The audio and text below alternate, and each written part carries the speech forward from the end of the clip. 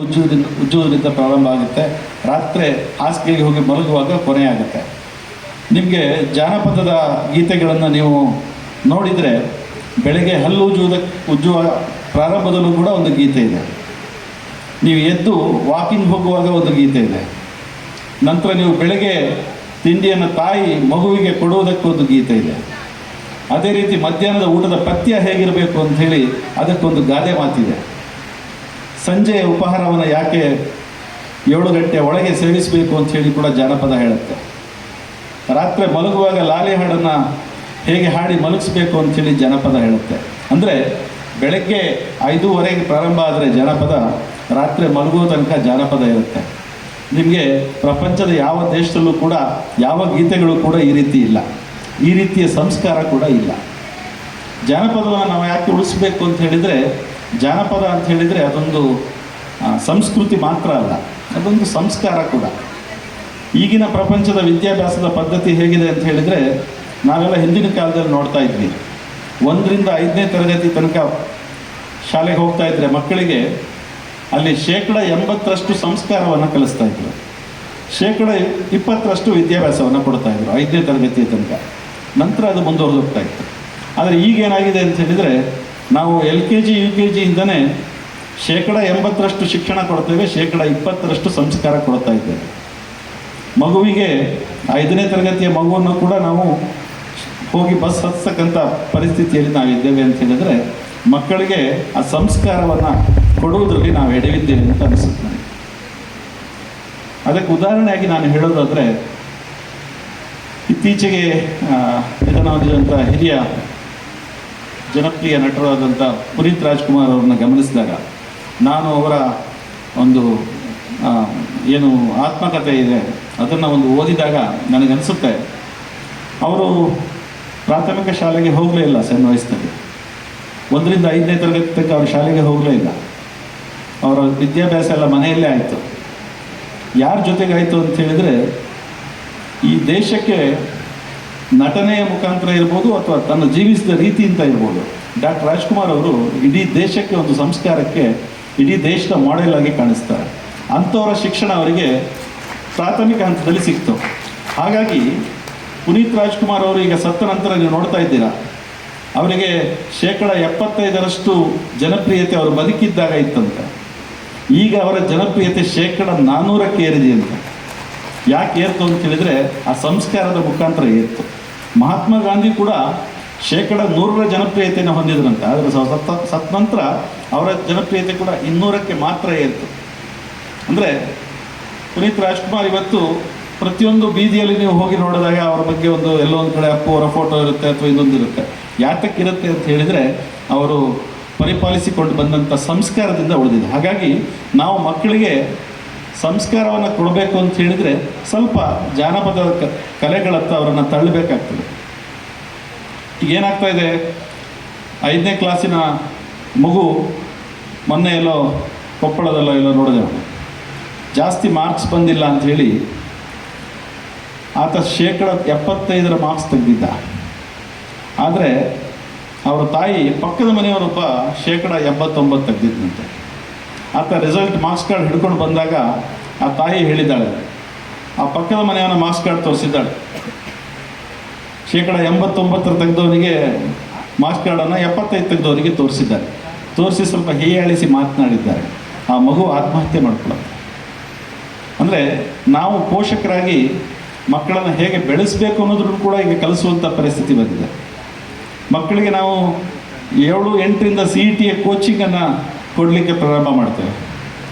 7ನೇ ತರಗತಿ ವಿದ್ಯಾರ್ಥಿ ಇವತ್ತು CBSE ICSE ಓದ್ತಾ ಇರೋ ಮಕ್ಕಳಿಗೆ CET ಮತ್ತು ನೀಟ್ಗೆ ಪ್ರಿಪ್ರೇಷನ್ಗೆ ತಯಾರಾಗಲಿಕ್ಕೆ ಕೋಚಿಂಗ್ ಕೊಡಿಸುವಂಥ ಕಾಲದಲ್ಲಿ ನಾವಿದ್ದೇವೆ.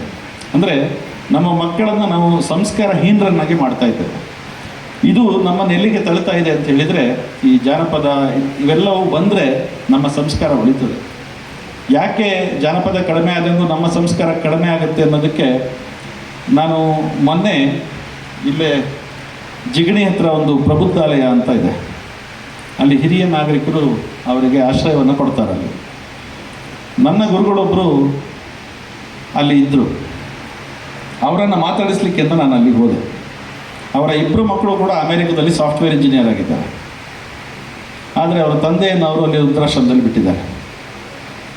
ಭಾಳ ವಿಶೇಷ ಅಂದರೆ, ನಾನು ಹೋದಾಗ ನನ್ನ ಗುರುಗಳವರು, ನನ್ನ ಕ್ಲಾಸ್ ಟೀಚರ್ ಕೂಡ ಆಗಿ ನನಗೆ ಸುಮಾರು SLC ತನಕ ಅವರು ಗುರುಗಳಾಗಿ ಕೆಲಸ ಮಾಡಿದವರು. ಅವ್ರ ಹತ್ರ ಹೋದಾಗ ಅವರು ನನ್ನ ಕೈ ಹಿಡ್ಕೊಂಡು ಹತ್ರವರು, ನೋಡು ನನ್ನ ದೊಡ್ಡ ಮಗ ನನ್ನ ಮೈಸೂರಿನಲ್ಲಿ ಇರ್ತಕ್ಕಂಥ ಸೈಟ್ನಲ್ಲಿ ಮೊನ್ನೆ ಮನೆ ಕಟ್ಟಿದ್ದಾನೆ, ಎರಡನೇ ಮಗ ಬೆಂಗಳೂರಿನಲ್ಲಿ ಇರ್ತಕ್ಕಂಥ ಸೈಟಲ್ಲಿ ಮೊನ್ನೆ ಮನೆ ಕಟ್ಟಿದ್ದಾನೆ, ಇಬ್ಬರು ಗೃಹ ಪ್ರವೇಶ 2 ದಿನದ ಅಂತರದಲ್ಲಿ ಮಾಡಿದ್ದಾರೆ, ಆದರೆ ನನಗೆ ಕರೆದಿಲ್ಲ, ನಾನು ಬಂದರೆ ಅವರಿಗೆ ಹೊರೆ ಆಗ್ತೇನೆ ಅಂತೇಳಿ ನನ್ನನ್ನಿಲ್ಲ ಅನಾಥಾಶ್ರಮದಲ್ಲಿ ಇಟ್ಟಿದ್ದಾರೆ. ಇದು ನನ್ನ ಪರಿಸ್ಥಿತಿ. ಊರಿಗೆಲ್ಲ ಪಾಠ ಹೇಳಿದವನು ನಾನೀಗ ಪಾಠ ಕಲ್ತ್ಕೊಳ್ಳೋಂಥ ಪರಿಸ್ಥಿತಿಯಲ್ಲಿ ನಾನು ನಿಂತಿದ್ದೇನೆ. ನಾನು ನನ್ನ ಮಕ್ಕಳಿಗೆ ವಿದ್ಯಾಭ್ಯಾಸದ ಅಮೆರಿಕಕ್ಕೆ ಕಳಿಸೋ ಆಲೋಚನೆಯನ್ನು ಆವಾಗಲೇ ಮಾಡಿದ್ದೆ, ಆದರೆ ಮುಂದೆ ನನ್ನ ಪರಿಸ್ಥಿತಿ ಈ ರೀತಿ ಆಗ್ತದೆ ನಾನು ಅಂದ್ಕೊಂಡಿರಲಿಲ್ಲ ಅಂತ. ಅಂದರೆ ಇವತ್ತು ಈ ವೃದ್ಧಾಶ್ರಮಗಳ ಸಂಖ್ಯೆ ಹೆಚ್ಚಾಗ್ತಾ ಇರೋದಕ್ಕೆ ಕೂಡ ಈ ಸಂಸ್ಕಾರದ ಕೊರತೆಯೇ ಕಾರಣ ಅಂತ ನಾನು ಭಾವಿಸ್ತೇನೆ. ಹಾಗಾಗಿ ನಾವು ಒಂದು ಮಕ್ಕಳಿಗೆ ಸಂಸ್ಕಾರವನ್ನು ಸ್ವಲ್ಪವಾದರೂ ಕೊಡಬೇಕು ಅಂತಾದರೆ ನಾವು ಜಾನಪದತ್ತ ಅವ್ರನ್ನ ತಳ್ಳಬೇಕಾಗ್ತದೆ. ಹಿಂದೆ ಹೇಗಿತ್ತು ಅಂತ ಹೇಳಿದರೆ, ಈ ಮನೆಯಲ್ಲಿ ಗಂಡ ಹೆಂಡತಿ ಇಬ್ಬರೇ ಬದುಕುವಂಥ ಪದ್ಧತಿ ಇರಲಿಲ್ಲ. ಹಿಂದೆಲ್ಲ ಕೂಡು ಕುಟುಂಬಗಳಿರ್ತಿತ್ತು, ಅಜ್ಜ ಅಜ್ಜಿ ಇರ್ತಿದ್ರು. ಯಾವುದೇ ಮಕ್ಕಳಿಗೆ ರಾತ್ರಿ ಅವರು ಮಲಗಲಿಲ್ಲ ಅಥವಾ ಊಟ ಮಾಡಲಿಲ್ಲ ಅಂದರೆ ಯಾವುದೋ ಒಂದು ಗೀತೆಯನ್ನು, ಜನಪದ ಗೀತೆಯನ್ನು ಹಾಡಿ ಆತನನ್ನು ಮಲಗಿಸ್ತಕ್ಕಂಥ ಕೆಲಸ ಮಾಡ್ತಾಯಿದ್ರು. ಯಾವುದಾದ್ರೂ ಬುದ್ಧಿ ಹೇಳಬೇಕಾದ್ರೂ ಕೂಡ ಮಾರ್ಕ್ಸ್ ಕಡಿಮೆ ತೆಗೆದಿದ್ದಕ್ಕೆ ಹೇಳಿಸುವಂಥ ಪರಿಸ್ಥಿತಿ ಇರಲಿಲ್ಲ. ನೀನು ಪಾಸ್ ಆಗಿದೆಯಾ ಫೇಲ್ ಆಗಿದೆಯಾ ಮಾತ್ರ ಕೇಳ್ತಿದ್ರು ಅವರು. ಮಕ್ಕಳು ಕೂಡ ಅಷ್ಟೇ, ಫೇಲ್ ಆದಾಗಲೂ ಕೂಡ ಧೈರ್ಯವಾಗಿ ತಂದೆ ಎದುರುಗಡೆ ಬಂದು ನಿಂತು ನಾನು ಫೇಲ್ ಆಗಿದ್ದೇನೆ ಅಂತ ಹೇಳ್ತಾ ಇದ್ರು. ಆ ರೀತಿಯ ಧೈರ್ಯ ಇತ್ತು. ಇವತ್ತು ನಾವು ಸೋತಿದ್ದೀವಿ ಅಂತ ಹೇಳಿದರೆ ಅದಕ್ಕೆ ಪರಿಹಾರ ಸಾವು ಒಂದೇ ಅಂತ ತೀರ್ಮಾನ ಮಾಡ್ತಕ್ಕಂಥ ಮಕ್ಕಳ ಮನಸ್ಥಿತಿಯನ್ನು ನಾವು ಹೋಗಲಾಡಿಸ್ಬೇಕು ಅಂತ ಆದರೆ ಈ ಥರದ ಜಾನಪದ ಹಬ್ಬಗಳು ಜಾಸ್ತಿ ನಡಿಬೇಕಾಗ್ತದೆ. ಹಾಗೆ ನಾನು ಸಿನಿಮಾ ನಿರ್ಮಾಪಕ ಕೂಡ, ಸಿನಿಮಾ ನಟ ಕೂಡ. ನಾನು ಯಾವಾಗಲೂ ನಮ್ಮ ನಿರ್ದೇಶಕರಿಗೆ ಹೇಳ್ತಾ ಇರ್ತೇನೆ, ನೀವು ಹಾಡನ್ನು ಬಳಸುವಾಗ ಸ್ವಲ್ಪ ಒಂದು ಸಿನಿಮಾದಲ್ಲಿ ಒಂದು ಜಾನಪದ ಗೀತೆಯನ್ನಾದರೂ ಬಳಸಿಕೊಳ್ಳಿ ಅಂತ. ನನ್ನ 5 ಸಿನಿಮಾಗಳಾಗಿದೆ, ಎಲ್ಲ ಸಿನಿಮಾಗಳು ಒಂದೊಂದು ಜನಪದ ಗೀತೆಯನ್ನು ನಾವು ಬಳಸಿದ್ದೇವೆ. ಪರಿಸರದ ಬಗ್ಗೆ ಒಂದು ಗೀತೆ ಇರಲಿ ಅಂತ ಹೇಳ್ತೇನೆ ನಾನು ಯಾವಾಗ. ಯಾಕಂದರೆ ಪರಿಸರವನ್ನು ಉಳಿಸ್ತಾ ಇದ್ದರೆ ಇವತ್ತೇನಾಗಿದೆ ಅಂತ ಹೇಳಿದರೆ, ಆಕ್ಸಿಜನ್ ಎಲ್ಲಿ ಸಿಗ್ತದೆ ಜಾಸ್ತಿ ಅಂತ ಹೇಳಿದರೆ ಕೇವಲ ಚಿಕ್ಕಮಗಳೂರಿನಲ್ಲಿ ಮಾತ್ರ ಅಂತ ಹೇಳ್ತಾರೆ. ಜಾಗತಿಕವಾಗಿ ಹೇಳ್ತಾರೆ, ಚಿಕ್ಕಮಗಳೂರಿನಲ್ಲಿ ಯಾವುದೋ ಗುರುತು ಮಾಡ್ತಾರೆ ಅಂದರೆ ಅಲ್ಲಿ ಆಕ್ಸಿಜನ್ ಜಾಸ್ತಿ ಸಿಗುತ್ತೆ ಅಂತ. ಆದರೆ ಅದೇ ಚಿಕ್ಕಮಗಳೂರಿನಲ್ಲಿ 200% ಸಿಗ್ತಾ ಇದ್ದ ಆಕ್ಸಿಜನ್ನು ಇವತ್ತು 56% ಬಂದಿದೆ. ಅಲ್ಲಿ ಕೂಡ ನಾವು ಪರಿಸರದ ಪಾಠವನ್ನು ಹೇಳುವಂಥ ಪರಿಸ್ಥಿತಿಗೆ ನಾವು ತಲುಪಿದ್ದೇವೆ. ಹಾಗಾಗಿ ನಾವು ಜಾಸ್ತಿ ಪರಿಸರವನ್ನು ಉಳಿಸ್ತಕ್ಕಂಥ ಎಲ್ಲವನ್ನು ಕೂಡ ಈ ಸಿನಿಮಾದಲ್ಲಿ ಈ ಹಾಡುಗಳ ಮುಖಾಂತರ ನಾವು ಅಳವಡಿಸಿ ಸಿನಿಮಾದಲ್ಲೂ ಕೂಡ ಅದಕ್ಕೆ ಒಂದು ಕ್ರಾಂತಿಕಾರಕ ಬದಲಾವಣೆಯನ್ನು ತರಬಹುದು ಅಂತೇಳಿ ನಾನು ನಮ್ಮ ನಿರ್ದೇಶಕರಿಗೆ ಯಾವಾಗಲೂ ಹೇಳ್ತಾ ಇರ್ತೇನೆ. ಇಲ್ಲಾಂದರೆ ಏನಾಗುತ್ತೆ ಅಂತ ಹೇಳಿದರೆ, ಅಪ್ಪ ಅಮ್ಮ ಎದುರುಗಡೆ ಕೂತ್ಕೊಂಡಿರ್ತಾರೆ, ಅವರು ರಾತ್ರಿ ಆದ ತಕ್ಷಣ TV ಸೀರಿಯಲ್ ನೋಡ್ತಾ ಇರ್ತಾರೆ, ಮಗ ಅಲ್ಲೊಂದು ಹಾಡು ಹಾಕ್ಕೊಂಡಿರ್ತಾನೆ, ನಿಮ್ಮಪ್ಪ ಲೂಸಾ ನಿಮ್ಮಮ್ಮ ಲೂಸಾ ಅಂತ ಹಾಡು ಹಾಕ್ಕೊಂಡಿರ್ತಾನೆ. ಅದನ್ನು ತಂದೆ ತಾಯಿ ಮುಂದೆ ಅವನು ಹಾಡ್ತಾ ಇರ್ತಾನೆ, ಅದಕ್ಕೆ ನೃತ್ಯ ಮಾಡ್ತಾ ಇರ್ತಾನೆ. ಸೊ ಈ ರೀತಿಯ ಕಾಲಘಟ್ಟವನ್ನು ತಪ್ಪಿಸಬೇಕು ಅಂತಾದರೆ ಸಿನಿಮಾ ಕ್ಷೇತ್ರದಲ್ಲೂ ಕೂಡ ಸ್ವಲ್ಪ ಈ ಹಾಡುಗಳ ಬಳಕೆಯನ್ನು ಮಾಡುವುದರ ಮುಖಾಂತರ ಬದಲಾವಣೆ ತಂದು ಸದರುಚಿಯ ಚಿತ್ರಗಳನ್ನು ತರಬೇಕಾಗ್ತದೆ ಮತ್ತು ಸದರುಚಿಯ ಗೀತೆಗಳನ್ನು ಕೂಡ ಅಳವಡಿಸಬೇಕಾಗ್ತದೆ. ಹಾಗಾಗಿ ನಾನು ವಿಶೇಷವಾಗಿ ಮಧುರಾಣಿ ಮತ್ತು ಮಹೇಶ್ ದಂಪತಿಗಳಿಗೆ ಇಂಥ ಒಂದು ಜಾಗತಿಕವಾದ ಜನಪದ